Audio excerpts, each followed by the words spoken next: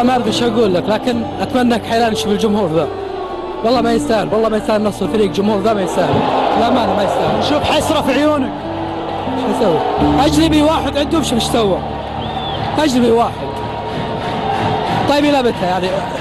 اي اصغر واحد يعرف النصر ايش يحتاج. حال النصر يبكي اليوم؟ يبكي ونص بعد. شوف الجمهور، شوف جمهور الاتفاق، ما في لا ما اعرف ايش اقول لك. شو اللي طالب بالامير فيصل بن تركي؟ شوف بس، شوف الدمعة دي بس، شوف الدمعة دي، شوف الدمعة دي. لما تروح تحضر مباراة تطلع من الخبر تحضر للرياض، تروح للرياض صد ورد في نفس اليوم، وتحضر مباراة وتخسر، وترجع وتحضر مباراة في الخبر وتخسر، وترجع تحضر مباراة ثانية وتخسر. طيب أنا وقت المباراة اتفاق كم مباراة خسر النصر وأنا كنت أحضرها، كنت أروح أطلع من الخبر للرياض بس عشان أحضر مباراة أشوف النصر. طيب يخسر المباراة مرتين ثلاث، للأمانة مباراة اتفاق وقتها كان في داخلي كلمة أنا كنت يمكن أكررها كثير وقت المباراة. طيب مع كل هدف، مع كل لعبة حلوة يلعبها وقتها الاتفاق، طيب إلى متى يا نصر؟ يعني إلى متى؟ ليه ما نكون إحنا اللي نفوز؟ ليه ما يكون الأجانب عندنا ذولا؟ ليه اللعيبة اللي يكونوا عندنا؟ طيب إلى متى؟ ولو تلاحظ في مقطعي جات الكلمة يعني طيب إلى متى؟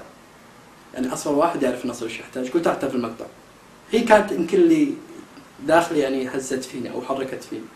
وزي ما قلت لك تحضر مباراة تخسر وترجع تحضر مباراة تخسر. طيب هي يمكن الشيء اللي خلاني انفجر، ومو بس ماجد يعني للأمانة كثير من جماهير النصر هم اللي صار، لكن الله وفق وطلعت وكانت كلام يعني من كل قلبي طالع، للأمانة من كل قلبي، وما كنت أتوقع أنه يوصل، لكن الحمد لله على كل حال عدت الأمور والحين نصر الله لك الحمد والشكر.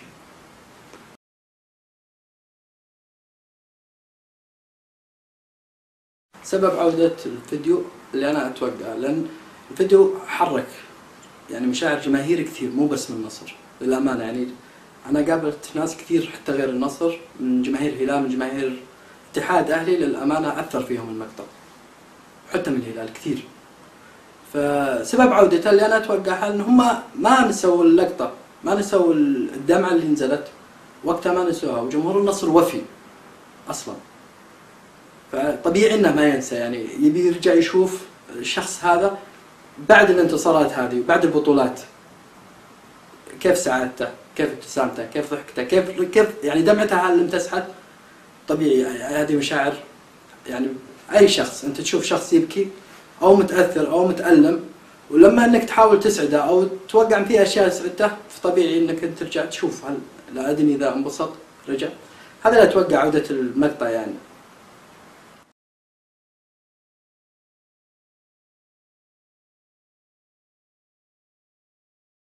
الأشياء اللي اختلفت للأمانة أتوقع كثير يعني. الأمير فيصل بن تركي يقول أنا صيغتي ما اختلفت وأنا نفس ما أنا، إحنا نقول نحترم ونقدر اللي تقوله يا سمو الأمير، لكن إحنا نشوف غير. اللهجة الإعلامية اختلفت، تفرغ للنادي النصر اختلفت. يعني أذكر قبل الأمير فيصل بن تركي يقول سنحتفل بالمرور 10 سنوات على العالمية. طيب احنا نبي نحتفل بطولة وقتها، للأمانة كنت أقول داخلي نبي نحتفل بطولة مو بعد 10 مرور سنة. اختلفت اللعيبة، كان الأمير فيصل بن تركي يشتري 5 لعيبة 6 لعيبة، لكن للأمانة القيمة الفنية مش زي القيمة الفنية ليحيى الشهري. لا أنا ما أبغى 5 لعيبة، أبغى لاعب بس له قيمة فنية، لاعب واحد عن 5 لعيبة. فكل شيء اختلف، اللهجة الإعلامية اختلفت، تفرغ للعمل، تفرغ للعمل اختلف، للنصر بالذات الصفقات اختلفت،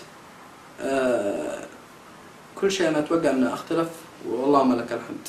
بقى نقطة واحدة اللي هي الأجانب، مع يعني ممكن محمد حسين هو النجم الوحيد ونعتبره سعودي، كلنا نعتبره سعودي مش أجنبي، بس باقي الأجانب بس.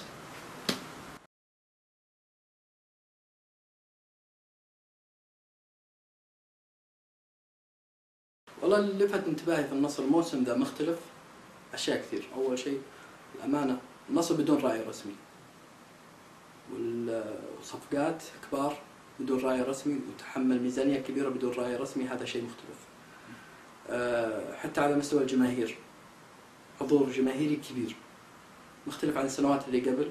وطبيعي النصر قبل كان جمهور عاتب شوي، رغم ان جماهير النصر ما قصرت قبل، ولكن السنة هذه كان عدد خيالي، وخذ 400 فوق ال 400 ألف مشجع حاضر. التيفو وجمالية جماهير النصر والتيفو اللي كان يسوى من مجلس جماهير النصر، واللي أشكرهم عمل جبار في الأمانة، يعني اختلف كثير وانبهر فيه كثير، يعني مو بس من السعودية ولا الخليج، حتى الصحف الصينية وآسيا تكلموا على التيفو.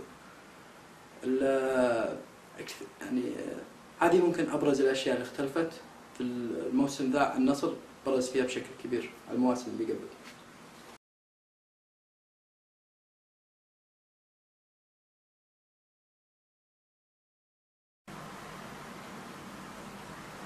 أول رسالة بوجهها لجماهير الشمس للأمانة، لأن جماهير صبرت سنين وهم الوقود الحقيقي للفريق والكيان، واللي خلى النصر يظل إلى اليوم ويحافظ على تاريخه قبل، هم جماهير الشمس. إدارات راحت، لعيبة راحوا، وظل جمهور النصر، فهم أول رسالة بوجهها لهم. أنا أشكرهم من كل قلبي، وأشكرهم حتى على تعاطفهم معي مع مقطعي، أشكرهم على كل شيء، وما أوصيهم على نصرهم، لأن أنا لو أوصيهم هم يزعلوا. فأول رسالة أوصلها جماهير النصر، يعني نصركم هو نصركم ولا غيره بس. ثاني رسالة أنا أوصلها لمجلس جماهير النصر. أنا أحب أشكرهم من كل قلبي، وأنا أقولها بصريح العبارة، إذا كان النصر أحيا الكرة السعودية، فمجلس جماهير النصر مع جماهير الشمس أحيوا المدرجات كاملة وسووا لوحات إبداعية وتفننوا. فأنا أحب أشكرهم وأوجههم ثاني رسالة. ثالث رسالة أنا بوجهها للإعلاميين بشكل مختلف، على مش بس إعلاميين نادي النصر، لا، أنت محاسب على كل كلمة تكتبها. إحنا كلنا عشاق وننتمي للنادي. أنا واحد نصراوي وعندي تويتر وأكتب وأنتقد وأسوي، لكن يعني مراعاة لله أنت محاسب على كل كلمة تقولها. يعني كلام الحق، منطق الحق، ما حد راح ينفعك يوم القيامة إلا القلم والكتاب. الكلام اللي أنت كتبته ما حد راح ينفعك. إن كان كلامك أنت كتبته ممتاز كويس، كلام حقاني، أنت راح تحاسب عليه. إذا كان مش كلام حقاني راح تحاسب عليه. إذن راع نفسك، راع ضميرك، راع الله قبل أي شيء، وحاول تكتب كلام أنت محاسب عليه. فلا راح ينفعك نصر ولا هلال ولا أي شيء. كلامك اللي تكتبه أنت محاسب عليه.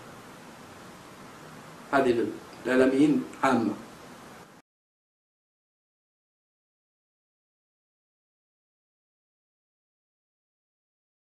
بالتركيب الشخص هذا للأمانة، يعني هو جماهير الشمس، أنا لا أقولها اليوم وبكرة، لن أوفيهم حقهم ما حيت. فيصل بن تركي أنا ما راح أوفيه حقه. اشتغل، تحمل، بذل الغالي والنفيس، ضحى، تحمل، صبر، انتصر على كل، انتصر حتى على جماهير النصر في فترة من الفترات. ما حد ينسى حركة الكرت الأحمر الشهيرة. انتصر فيصل بن تركي على الكل، انتصر حتى أنا في نظري أنه انتصر على نفسه. فاللي أنا أقوله لفيصل بن تركي للأمانة، أنا أشكرك من كل قلبي، يعني شكرا لك. وأنا إذا كنت أتمنى شيء للأمانة، أنا يمكن ذكرتها قبل، أني أنا أتمنى أني أنا أقابل الأمير فيصل بن تركي وأبوس راسه وأقول له شكرا لك على كل شيء سويته.